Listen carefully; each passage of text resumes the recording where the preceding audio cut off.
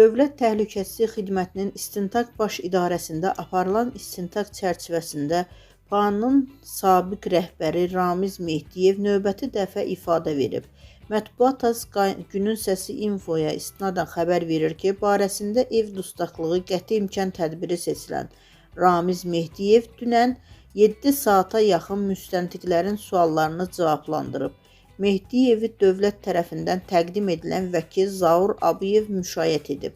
Məlumatda o da bildirilir ki, Ramiz Mehdiyev istintaqa gələrkən əlində əsa olub.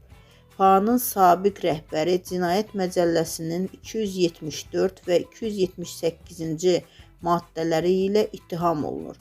Səbail rayon məhkəməsi onun barəsində 4 ay müddətinə ev dustaqlığı qəti imkan tədbiri seçib.